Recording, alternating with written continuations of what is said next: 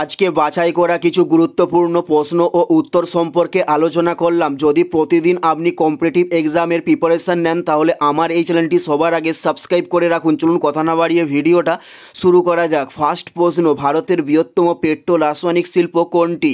উত্তরটি হলো জামনগর, ভারতের বৃহত্তম পেট্রো রাসায়নিক শিল্প। নেক্সট প্রশ্ন, ভারতের লৌহ মানব কাকে বলা হয়? উত্তরটি হলো বল্লভভাই প্যাটেলকে বলা হয় ভারতের লৌহ মানব। নেক্সট প্রশ্ন, ভারতের দ্বিতীয় অরণ্য আইন কবে পাস করা হয়? উত্তরটি হলো 1878 খ্রিস্টাব্দে ভারতের দ্বিতীয় অরণ্য আইন পাস করা হয়।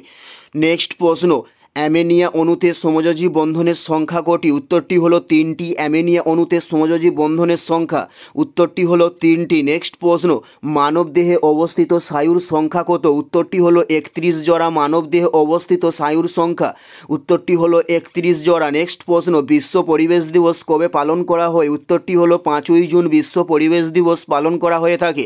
নেক্সট প্রশ্ন, আলোর প্রতিসরণে অপরিবর্তিত থাকে কোনটিতে? উত্তরটি হলো কম্পাঙ্গে। উত্তরটি হলো কম্পাঙ্গে অপরিবর্তিত থাকে। নেক্সট প্রশ্ন, চুয়ার বিদ্রোহের অন্যতম নেত্রী কে ছিলেন? উত্তরটি হলো রানী শিরোমণি ছিলেন চুয়ার বিদ্রোহের অন্যতম নেত্রী ছিলেন।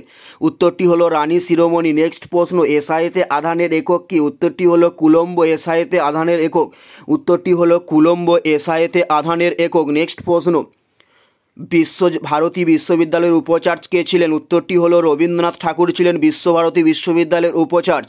উত্তরটি হলো রবীন্দ্রনাথ ঠাকুর। এটাই ছিল এই ভিডিওর লাস্ট প্রশ্ন। ভিডিওটি কেমন লাগলো অবশ্যই কমেন্ট করে জানিও। যদি ভিডিও ভালো লেগে থাকে অবশ্যই ভিডিও একটি লাইক করে দেবেন। চ্যানেলে নতুন হলে অবশ্যই চ্যানেলটি সাবস্ক্রাইব